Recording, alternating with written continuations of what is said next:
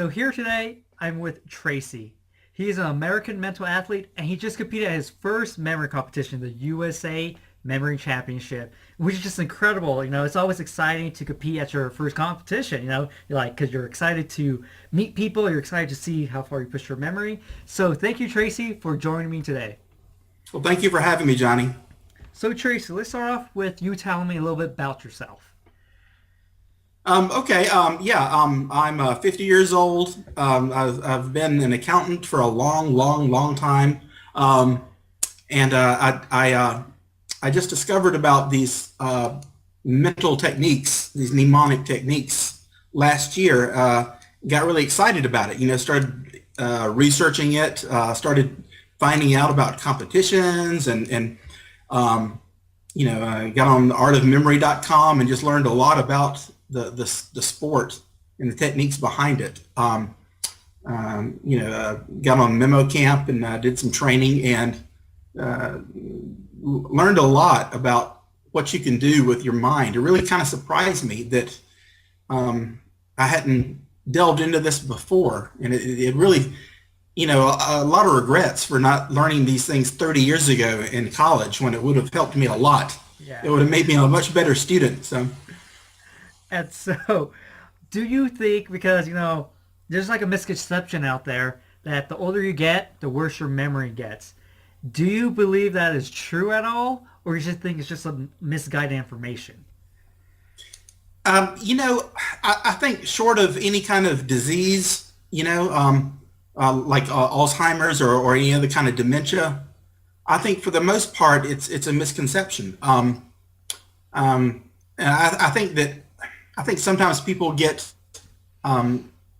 they for people who don't have hobbies and who don't get out there and socialize with others, they don't tax their minds at all. They don't read. They don't do crossword puzzles and that kind of thing. I think it's there might be some mental slipping there, but I don't think it's the aging that's. I think it's their habits and their interests that may lead to some forgetfulness. I couldn't agree more with that. And it's not like you were saying. It's about, I guess, the type of person. If they're lazy, they're just gonna be lazy. If they're lazy just physically or mentally, they're just gonna slack off there, and their memory won't be as good because they're not getting that mental stimulation. To just activate it. And so I Right. totally agree with you on that. That it's more about being lazy. Just the bottom Right. line, being lazy. And so, and so when you first started memory or learn about these mnemonics and memory techniques, was your first goal to do a memory competition, or did you want to start applying it to useful information?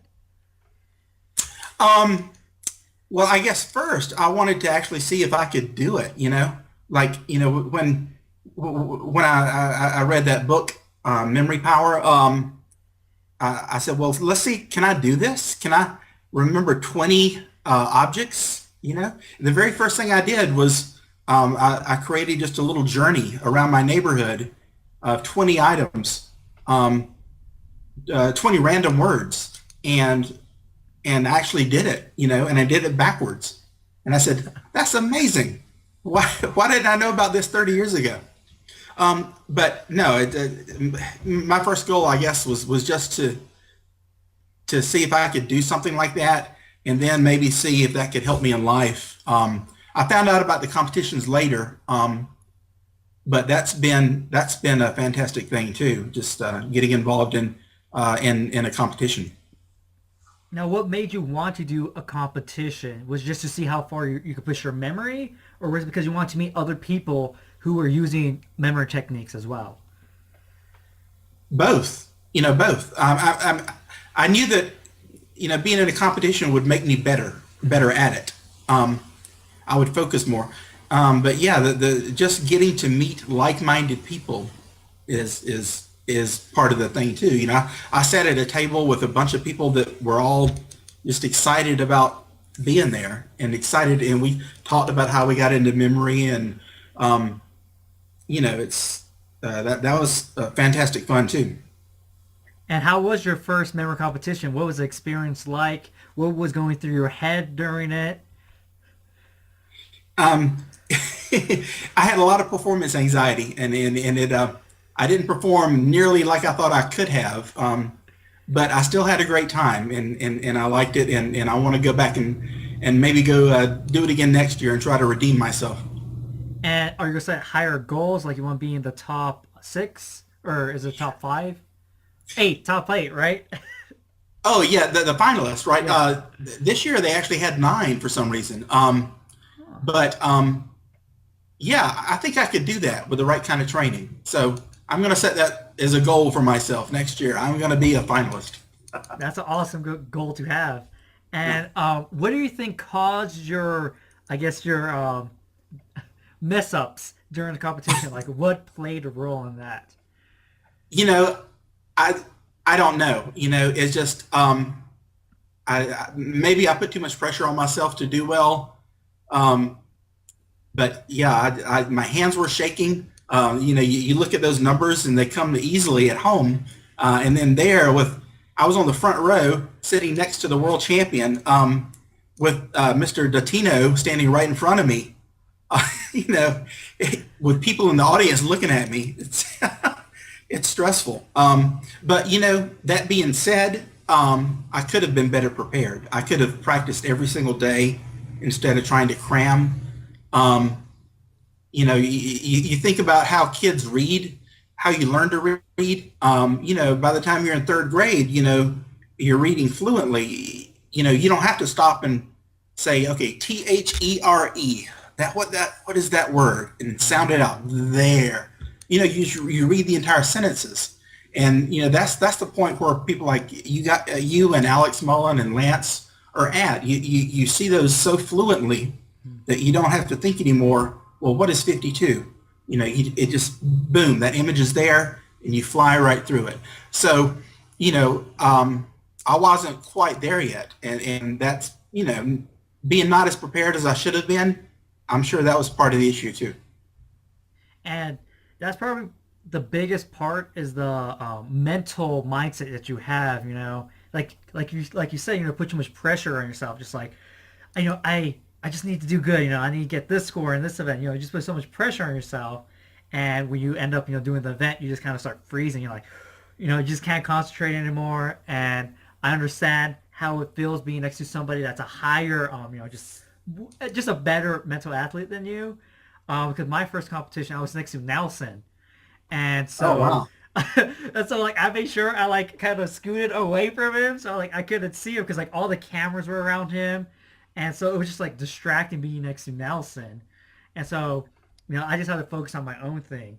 But one thing that got me through the competition was my friend. He gave me a card and a pack of cards before I went to my first competition, and in the card he told me he wrote something like a wise man once said, "The only time one should be nervous is when one isn't prepared."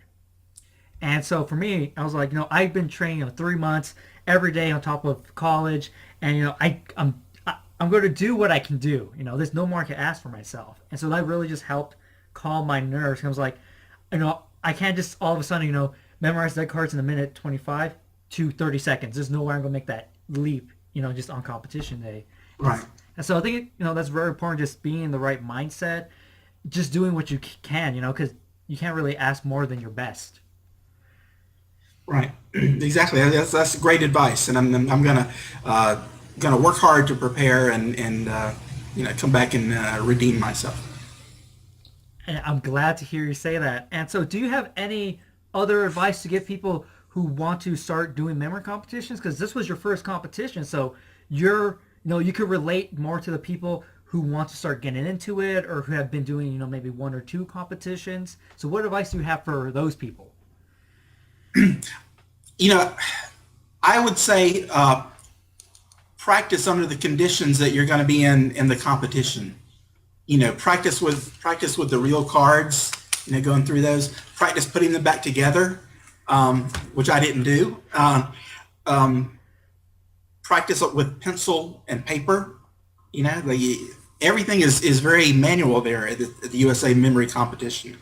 I would say do that. I would say go over your images a lot. Do that maybe even more than practicing the events, just constant system practice. I guess that would be my best advice. And then when you get there, just, meditate, do whatever you need to do beforehand to relax your nerves a little bit, and have fun, and don't worry about the scores. Well, that is some fantastic advice, Tracy, because I think a lot of people would probably go through the same thing you went through, putting too much pressure on themselves, maybe trying the computer more because it's easier because it grades it for you automatically compared to paper where you have to go through everything and grade it yourself. And so, that's just fantastic advice. And I think when I started training for my first competition is I always try to do paper or whatever because that's the way that the competition did it. I just wanted to kind of be prepared for the whole thing. And like you said, all like when you because we were talking earlier before the interview started, but when you do cards on the computer, it's easier to just go through them, But when you actually, have a deck of cards and you have to like shuffle through them, it's a completely different feel. Like when I first started, I was like, what happens if I get two cards at the same time? I totally skip one. Like, that was something I was kind of nervous about and scared. Like, if I just skipped a card just because I was going too fast. But, after enough time, you go through a deck of cards, you just get a feel for the cards. And, everything just moves or glides really nicely. And you have a or not momentum. You have a tempo that you're going at. And so, like, I totally agree with you. Practice the events like there are in competition. That's very important. And so, do you think eventually that competitions are going to go digital? That they're going to just translate to a digital format because it's easier to grade, it's easier to put scores up. It doesn't take like 2 hours or an hour to grade everything. Yeah, I do. I think it makes a lot of sense. It's more accurate. It's faster. There's a lot of error introduced when you have judges. You have to have a crew of volunteers to judge all those. Now, something like poetry, that might be tough to digitize, but still you could type it. You could type it. So I think digital's definitely the future. You have, I understand that Memo Camp does some online competitions. I know the XMT out in California is all done on the computer. Is head-to-head matches. It's a very exciting kind of format. So I do think that's the future. And so, do you think that with digital format or digital competitions that records will be breaking a lot faster than they are currently? Because now you could like kind of group digits or cards in the amount that you're used to. Because when you do it like by hand, you have to like either use your hand to kind of, chunk it, or what I did for the World Memory Championship was get a transparency sheet and draw the lines like, divided the binary into the specific amounts. So you think records are going to be easier to be broken with digital competitions? Well, that's a good question. I think it's just different. You look at somebody like Alex, and he set a world record, 18.6 seconds, using real cards. But I've also seen him on the leaderboards at XMT memorizing cards in a similar amount of time. So I don't know. It's definitely different. I think on the world memory, what's it called, the World Memory Council, they list records differently if they were done electronically than if they were done manually. Like they list a record for something like speed cards with a little E next to it, denoting electronic. I know that with a system like MemoCamp uses, you can set it up so that it sort of chunks. Like if you have a 2-digit system, it chunks 2 digits, 2 digits, 2 digits like that to help you along. So I do think that kind of thing is better than having to just look at a row of 20 numbers. Because you either use a pencil to help yourself chunk, or you try to do it in your head and just make sure not to mess up. So I do think that maybe digital might be a little bit easier, but there again, it's a little bit different with the cards. You have to retrieve the cards with a mouse and put them in the right spot. So I don't really know, I guess is my answer. And I can see where you're coming from too, because that is an interesting point that you brought up. That the I guess the digital record, like someone as Alex, how I think he got 17 seconds for XMT for one of his trials, but just recently 18 seconds with deck of cards.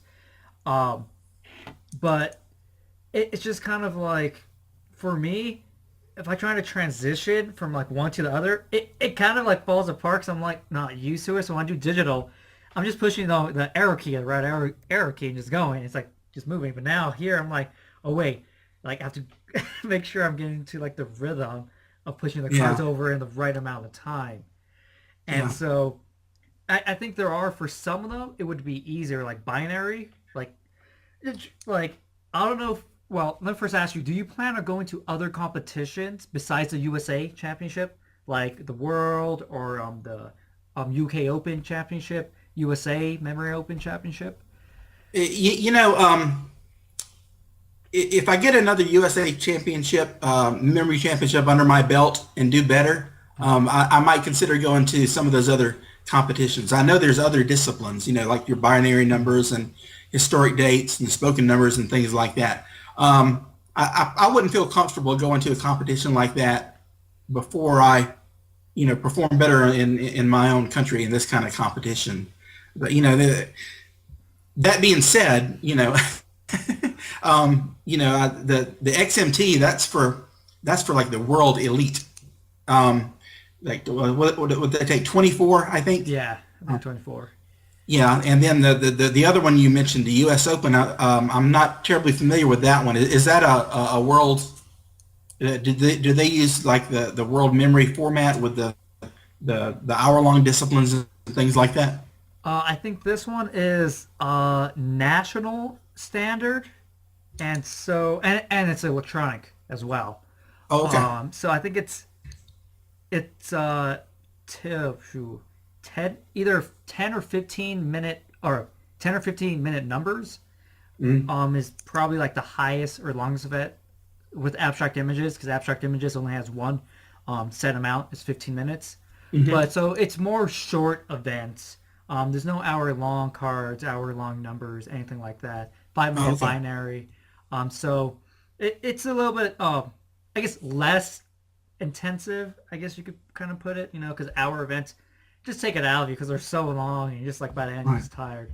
But yeah, the USA Open Memory Championship, it's electronic and has national standards. Oh, okay. Well, yeah, that might be something that I would be interested in the future for sure. Not this year, maybe next year. Yeah, right, because you have to create your binary system, Right. abstract images. You have a lot more things to start training for before you Right. just like start jumping into it. Right. And so, what do you plan to achieve just in memory in general? Do you just want to, be a champion? Do you just want to get a specific score? Like, what are your goals for just memory competitions in general? Being a champion's, probably, maybe a little unrealistic, but I would like we were talking earlier about being in the finals. That would be fantastic.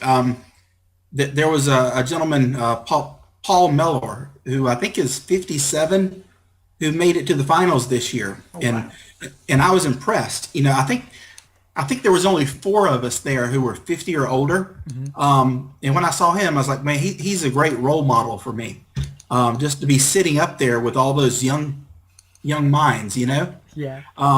So something like that I think that would be a wonderful goal as far as competitions. But really just being able to remember things more quickly and more accurately in life.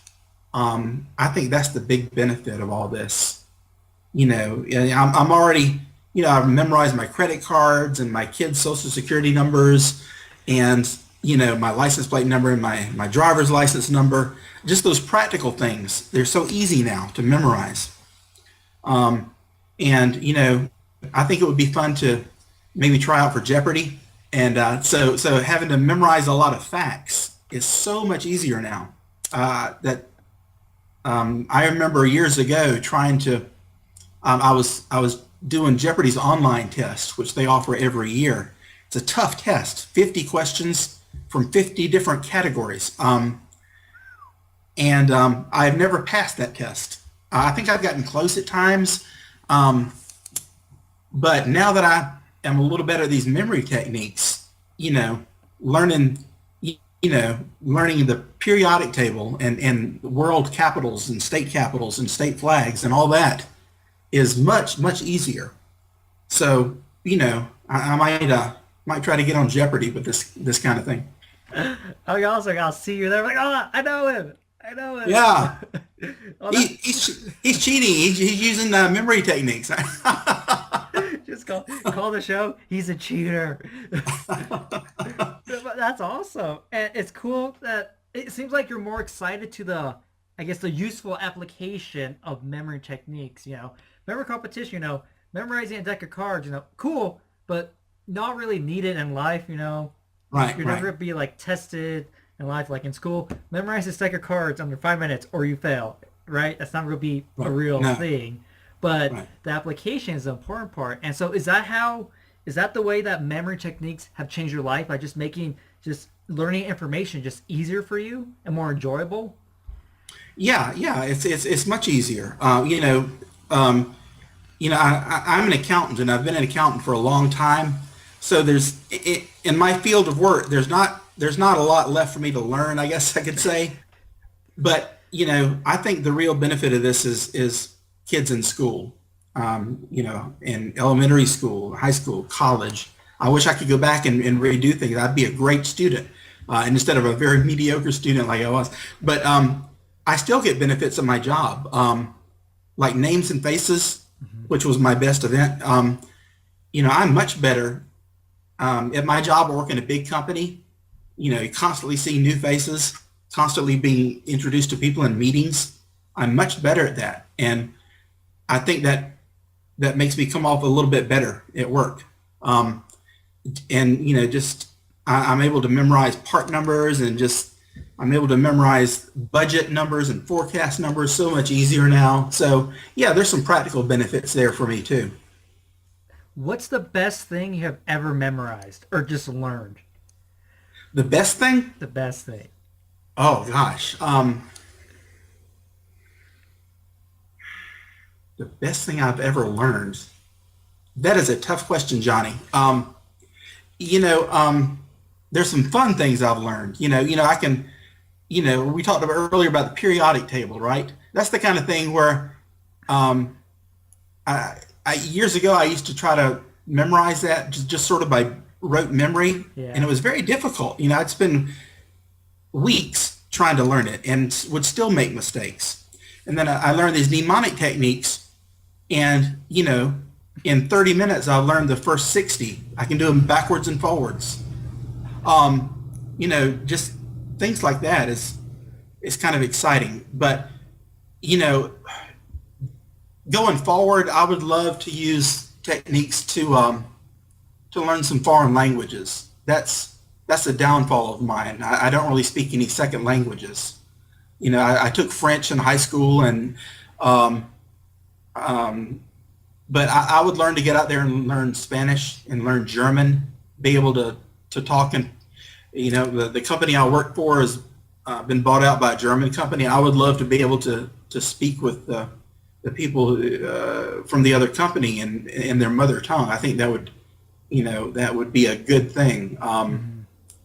So I'm looking forward to maybe using this. I know you can learn vocabulary much more easily using these techniques.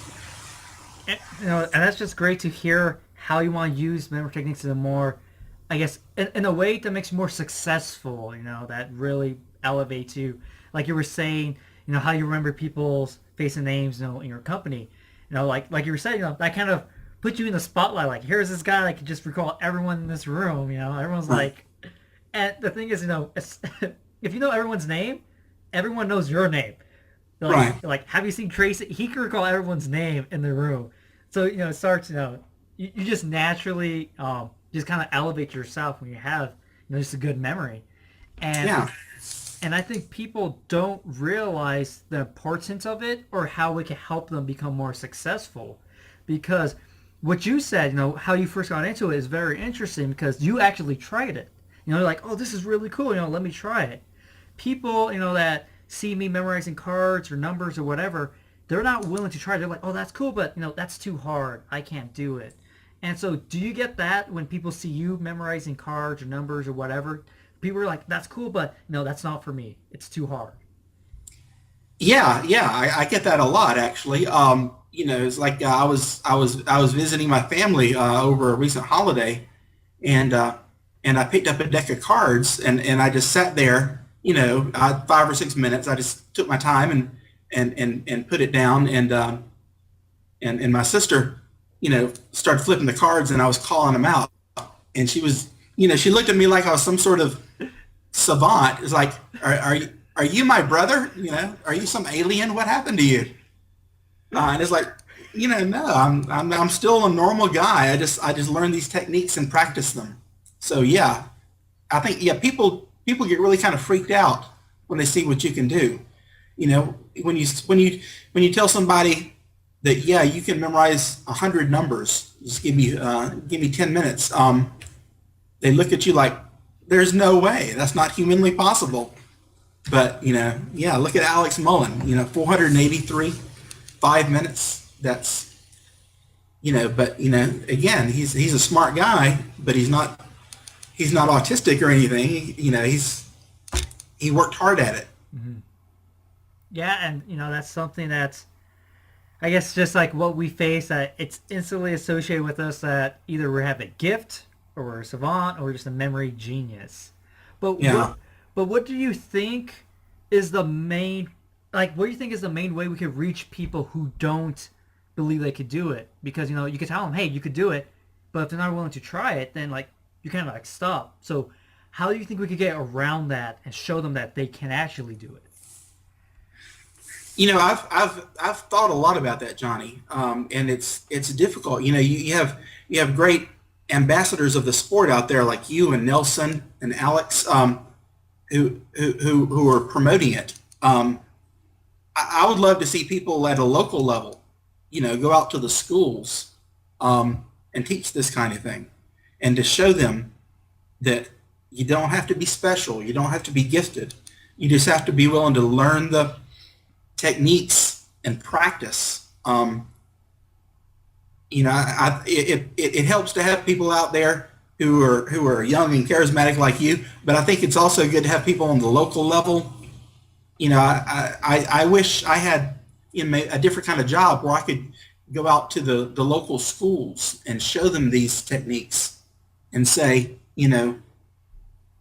show them how it's applicable. I take I have young daughters, and I teach them how to memorize a list of 10 objects, and they take to it like ducks to water. They can memorize 10 things backwards and forwards, and I show them how easy that is and how to apply that in school.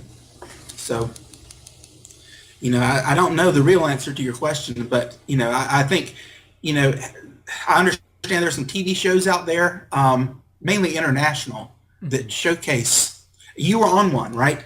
I watched that one. You were there with Nelson and I forget the other gentleman, but those kind of things, they're big in some other countries like China and Germany. I wish we could get more of that kind of thing on the air in the United States. And do you think, because I don't know if it's just how America is, but like over there in the, was it Eastern Hemisphere, how it's, I don't know, like it seems like it's just like more like mental focus, like just the mental thing in general is more appealing to people. Because here in the U.S., it's like action, explosions. It's like it has to be very dynamic to get people's attention, and watching someone look at a piece of paper memorizing something isn't very exciting because Right. you can't really see what's going on. But if somehow in the future they could connect something to your head and you can see like the crazy stories that people are picturing, that'd be like, whoa, that'd be really interesting to watch. But it's just kind of hard to get people interested in something that seems so, I guess, boring at the base of it. Right. You're gonna memorize 5,000 digits, cool, but that doesn't seem very fun or interesting. Yeah. that's a much bigger problem you're speaking to right there about Americans, fascination with blockbuster movies and explosions and car chases and that kind of thing. You go to some of these other countries and you see that they're not afraid to be intellectual. Country like Germany, and I don't know really what the answer to that is, but I was thinking how I like the XMT about that format. I think kind of thing if more people could see that would be more excited about these kind of techniques. I would love to see a TV show, maybe something similar to Who Wants to Be a Millionaire or something where the audience gets to participate. You get these maybe mental athletes, and you get these big boards, and you can see what the mental athlete is doing. What kind of numbers he's memorizing, and then the audience is trying to participate and do the same thing. And then they realize that, hey, this guy is much better than I am. How did he get so good? And then leading to that kind of investigation of the techniques and getting excited about it. I think that would be a fun kind of TV show. And I couldn't agree more. That sounds like an awesome idea because the audience has some involvement to what's going on. If it's like the audience decides what the person's going to memorize or something, because that just kind of just evolves people kind of into it. Where where we currently are in memory competitions for the most part is, you just do your thing, and your score just gets posted, right? That's pretty much Right. all there is. The Right. USA tries to make it, I guess, a little bit more flashy by like the final events because now Right. it's all spoken, so you can see people, I guess, stutter or mess up, and so just all goes downhill. But yeah, I think something along those lines that has like a little bit like more action to it or more interaction to it as well would make it Right. more appealing to more people than just memorizing cards on a table or numbers. And that's what the kind of shows, like the one I was on, Super Brain, or the one in Germany. I think they're all called Super Brain or some sort of variation of it. It tried to make it more dynamic, but for my challenge, they brought the cows, 3 real cows on stage, and so you have to look at the cows and try to find like the tag numbers, or they had like the visuals of the puzzle pieces, and we're running across, looking at trying to find the right puzzle piece. So there was Right. like Right. more action to it, but seeing the actual memorization part of it would be very boring because that's all just like background work that's happening. Right. Just looking at cow patterns, nothing really exciting going, and Right. so that's kind of hard. It's kind of hard to make the memorization exciting, but the way to display how you memorize it or how you could test it, that's like the way you could make it like dynamic. Right. Right. Yeah, I like those ideas. Those are wonderful ideas. And so hopefully somehow we could get it, I guess, more mainstream, more excitement to it. But going back to why people don't learn it, your kids, are able to grasp it easier. I think because they just have more imagination. Creativity is already there. Yeah. Older people, they kind of have to relearn it, and it seems like it's more work than it actually is. They're like, what, you're picturing Big Bird doing something? What? Like, that's weird. Like, I don't know what you're doing, but I don't want to do it. So do you Right. think? So do you think if we targeted, like you were saying, go to the kids at schools, if we targeted them, it would be easier to kind of gain acceptance into society more if we targeted children first? I do think so because that's like you said. They do have wonderful imaginations, and being able to take advantage of it for a practical purpose like learning in school.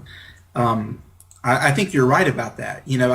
Nelson did a wonderful book for kids, and I bought it and I showed it to my girls and they loved it. And anything like that can get kids excited. Adults are always going to be, I think, excited if their kids are excited about something, and especially if it's something that's going to help them in life. I think you're probably right. Get the kids involved early is a good way to get people excited about it. And also, if you have the parent like helping the kid read the book or learn, the parent would just naturally be learning the material themselves, without them actually knowing it. And so that could be one way to kind of start, you know, just kind of like changing the dynamic of what people think are possible. And especially, if kids, because the thing is like, if a kid could do it, you could do it, that's kind of like, Right. if that kid could dunk the basketball, I'm pretty sure I could dunk the basketball, and so, so maybe if kids are doing it, adults will be like, hey, I can do that too. I'm gonna go let that kid show me up. Yeah, exactly. And it's I was thinking about something you were talking about earlier about how people are just totally amazed about even something like a mediocre athlete like me can do.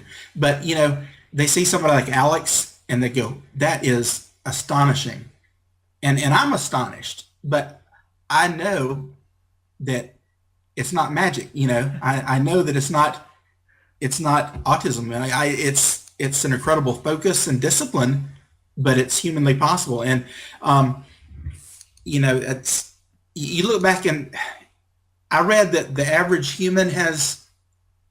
English speaker has a vocabulary of between 20 and 30,000 words. Okay. Now you think about that. We can recognize and read and see and understand instantly 30,000 words. When you think about it like that, learning 100 or even 1,000 assignments for mental competitions doesn't seem all that difficult anymore. You know, so I wish people could think about it like that. You learn 20,000 words, and you're not special. Everybody does it. You can learn 100 assignments and be able to memorize numbers. So. No, that is totally an interesting fact. And you're right. Thinking about 30,000 words, and you can see the word, and like you don't have to think about it. What you're reading, you just do it. Right. And so that's just an interesting way of kind of putting it into perspective. That all these words, you can see them easily in different orders, and know perfectly what it means. And it's the same thing when it goes to numbers and cards. You're just trying to remember your images, and it doesn't really matter what order they come in, because as long as you have your images, you can just still recognize what they are and memorize them. Yeah. So that's incredible. Oh, so so I know you and I, a lot of mental athletes, are excited about memory techniques. We just enjoy them in general. But how has mnemonics and memory techniques affected your life, kind of outside of just having a better memory, having improved memory? Has it gave you, have you become more creative? Is your imagination better? Are you a better problem solver? Like, how has it affected other aspects of your life? Yeah, I am much more creative because learning these techniques, like for instance words, especially, you have to memorize those words. You have to create connections to the loci. You have to use your imagination a lot. And yeah, any kind of thing like that, I think it's helped me a lot be more creative. Now my job in accounting, I understand now is it's not the most creative position in the world. And sometimes I look at other career paths that I could have taken. But maybe when I retire and get the kids out of the house, I'll go back and study, astrophysics or something. You use these incredible techniques to learn some fascinating things. But I think the increased focus also has made me a better person.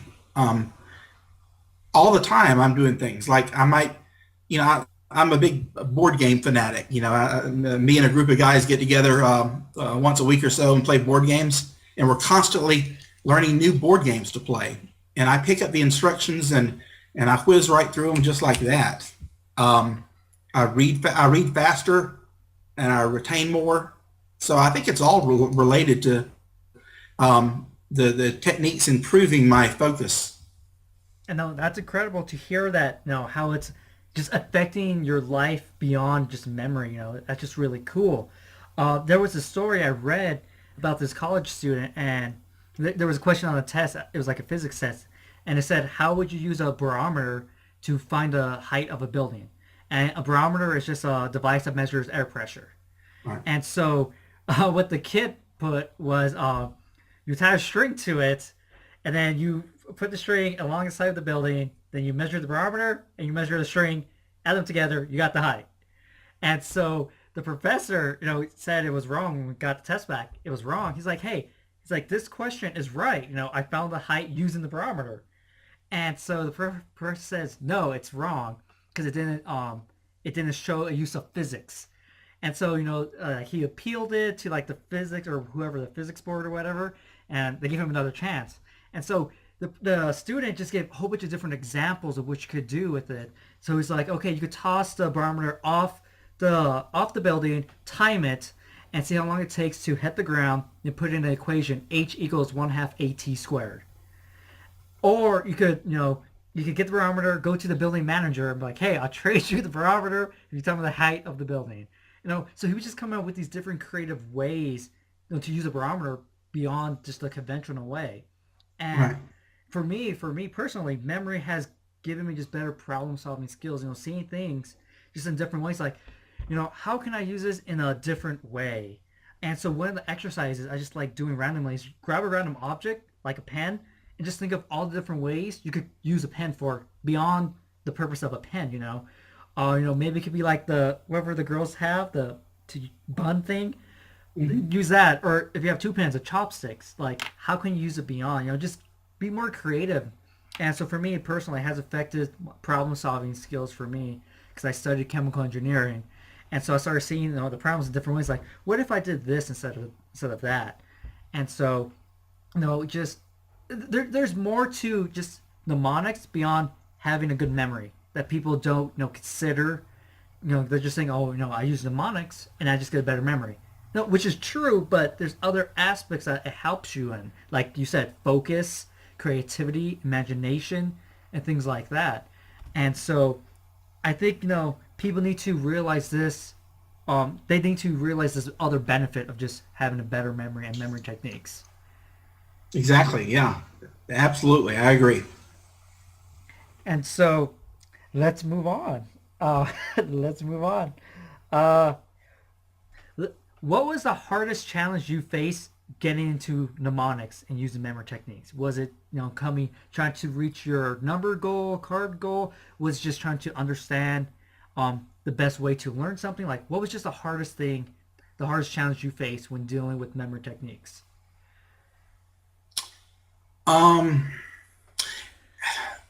you know, in the beginning, it was very difficult for me to learn how to form images, like especially with words. It didn't seem like I was naturally good at it. I'd see two very dissimilar words, and I'm like, how am I going to associate those with a locus? But I got much better at it. And now I think words is one of my better areas. And you gave me some great advice one time. And but every every every memory discipline is different. You take something like poetry, and which I need to work at a lot. It apparently takes a very different technique, than some of the other things I've been studying, like words or numbers or cards.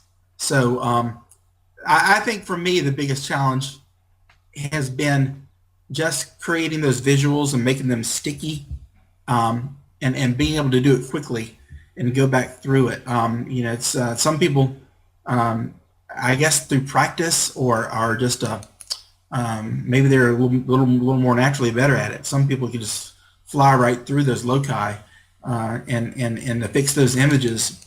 I'm a little slower yet, and I guess it's just I haven't practiced enough yet. But making them sticky enough so that I can go back through them and recognize what's going on there without having to review several times before I finish the event. So So, that's an interesting thing. That's an interesting way.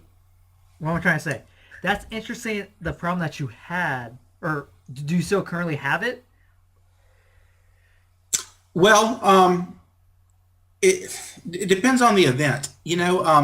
For some reason, with words, I'm better at it than with like cards, for instance. It seems like I'm still struggling with cards, and it might just be that my objects are just not quite memorable enough, and maybe I need to work on that more. I use the major system, so and it's mainly objects. It's maybe like of the 52 cards, maybe 5 or 6 are people, but most of them are objects. And I think I've heard that what some people do is that they'll create a file on their computer or on their phone with photos of their objects. And every time they see the number, they see the photo also. And that might be good advice for me to do to get that object more firmly embedded in my mind, so that when I picture Queen of Diamonds, is Johnny Depp, right? But if I get a picture of the Johnny Depp with the Queen of Diamonds, maybe dressed up like he was in Pirates of the Caribbean. Maybe if I go through those kind of visual images, that'll help me with the little stickiness issue that I seem to have sometimes. And it's interesting that you have problems with, I guess, your card images compared to words, because your card images, they're a set amount. There's 52.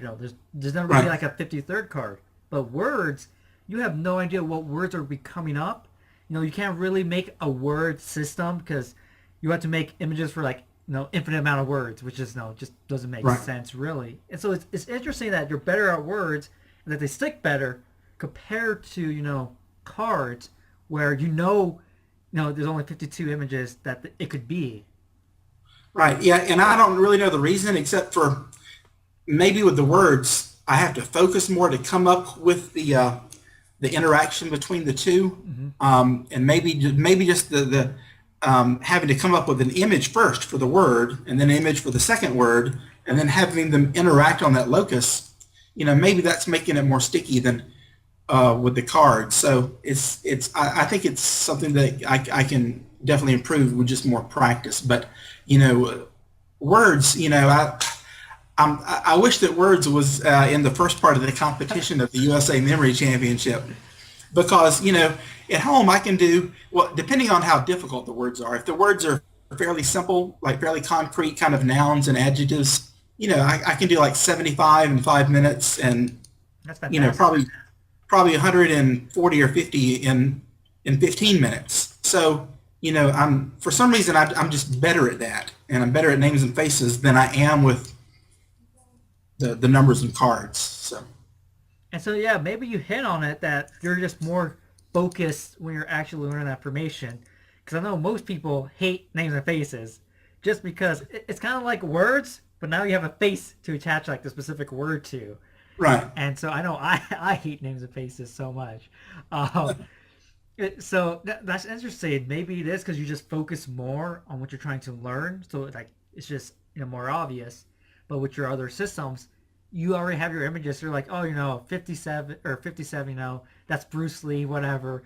I just see Bruce Lee doing something on the kitchen table, and so so it's just kind of like lets you just slack off. Yeah. And so when you create your stories and your images, when you see them in locations, are they dynamic? Are they crazy? Or are they more logical? Um, I try to make them crazy as much as I can within the time allotted. Sometimes it's a struggle depending on what the objects are. Like I remember during the competition, I got 44, 66. 44 to me is the major system RR, rare, and I think of a steak, a rare steak. 66, I use the hard G sound for six. I know some people use a different assignment there, but is goggles, like swimming goggles. So you got a steak and then you got goggles. That was difficult to work with. I was like, well, so I just sort of imagined the steak had to come first, in the order, and then the goggles. So I sort of imagined the state just lying on the goggles, getting them all bloody, blood dripping down the goggles. But that was kind of tough, and that's the kind of thing I need to get better at, because that's slowing me down a lot. And I'm sure that's something that will come with practice, or like I talked about earlier, maybe just creating those images and going over them over and over and over again, so I just see them more clearly, and then they can interact with each other in a little better way. I do try to make them crazy when I can. I think one time I had this is during words. One word was textbook, and the other was kill. And I imagine somebody stabbing a knife through the heart of the textbook. Kill the textbook, right? But you got to be careful with the order. It was textbook and then kill. So imagine the textbook on the left, the knife coming in from the right, and so that's kind of a strange image. Somebody stabbing a textbook, but that kind of thing is more memorable for sure than just two objects sitting there next to each other. Yeah, definitely. So you're, because when I was talking to Johannes, what he was saying was that he uses, I guess, more logic, because when you're trying to go quicker, you don't have time to see all these detail or anything, right? So if it's like he sees an elephant, on the bed, then he sees a basketball on the dresser, he just like places it there and moves on, because you don't have time to really make it crazy to the bed. When you try to like memorize 500 digits in 5 minutes or do a deck of cards in like 20 seconds, Right. you just don't have that time. And so it's interesting seeing that you focus, I guess, more on the crazier image aspect. I guess like over logical. And I think I do the same thing too. Sometimes there's logic as well. But for the most part, no, it's just like something just like weird and crazy. Like for the goggles and rare steak, I would have saw there was a rare steak putting on goggles or something weird like that. Yeah. Just I don't know, just that's what I would work with. But your system for like words, how you have orientation, okay, this is your left, right? Yeah, that's my left. Okay, so Yes. so you go from left to right. Is that how you go? Yeah, either left to right or top to bottom, just kind of depending on the image. Okay, so there's some motion from like higher to lower or from left to right. But for me, when I do words, I just put two images together and just move. Like I see an image, put it together, and just go. Because when I try to, when I memorize words, I try to get as many as possible, and sometimes I use like the first part of a word to hopefully remember the whole word. Like the word could be like 15 letters long. I'm hoping the first three, my image for the first three is good enough. Yeah. But I just try to like stick it together, and I think I try to just naturally remember what came first and kind of like how the story's told.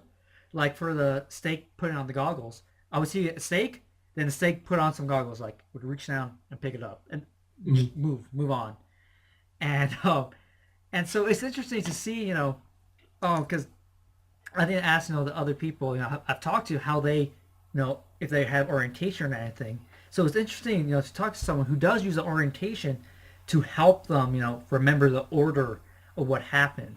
Because I've never done that myself. I've never even experimented with going like left to right or up or down.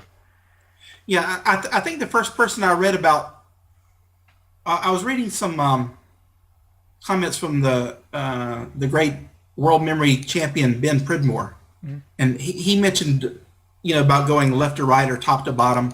I think that's where I got that idea, but it might just be personal preference, or and it might be the kind of thing where you experiment and you just discover what works better for you.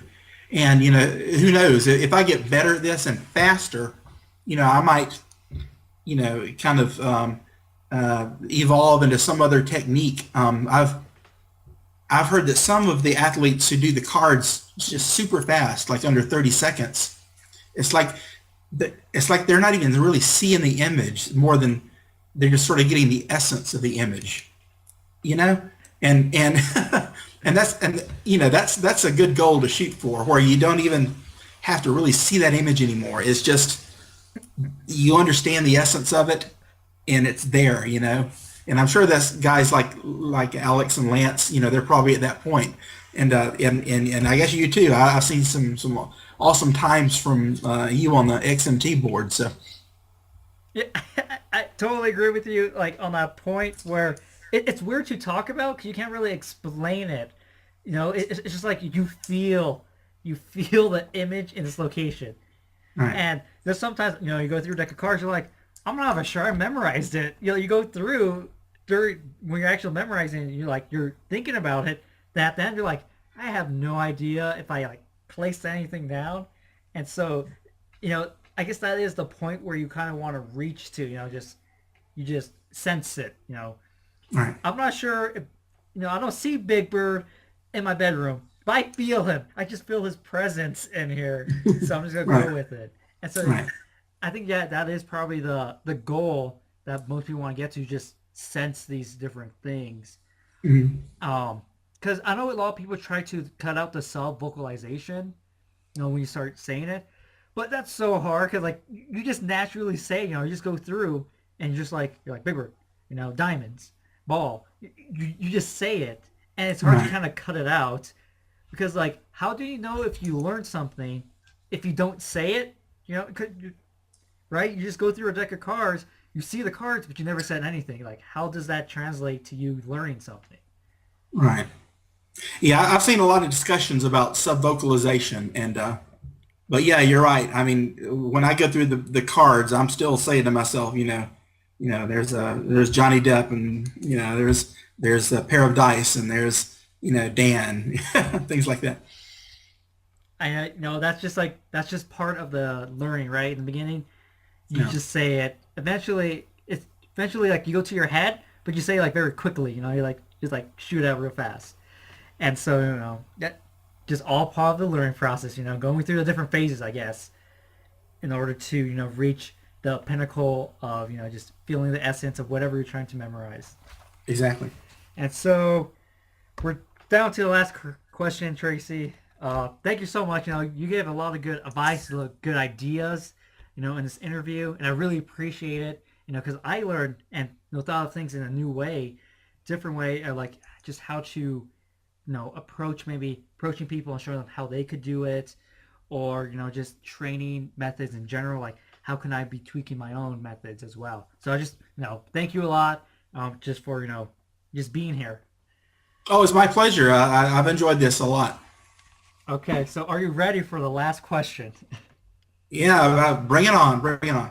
Okay, it's the most I hope important question. I hope I don't have to memorize something. Maybe you do. Okay. Okay, so who would make a better president? Bugs Bunny or Elmo? Go.